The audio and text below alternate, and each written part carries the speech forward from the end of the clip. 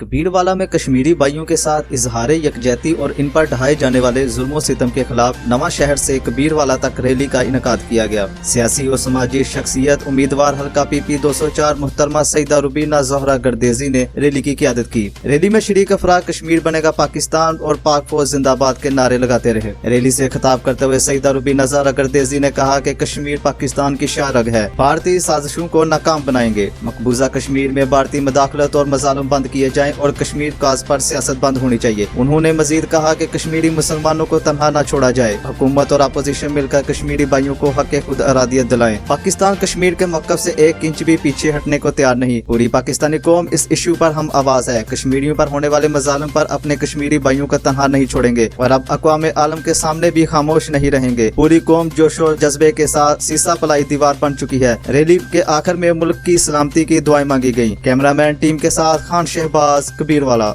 हमें सपोर्ट करने के लिए हमारे चैनल को अभी सब्सक्राइब कर लें और बेल के आइकन पर क्लिक करके हमारी लेटेस्ट वीडियो की नोटिफिकेशन बर वक्त हासिल करें।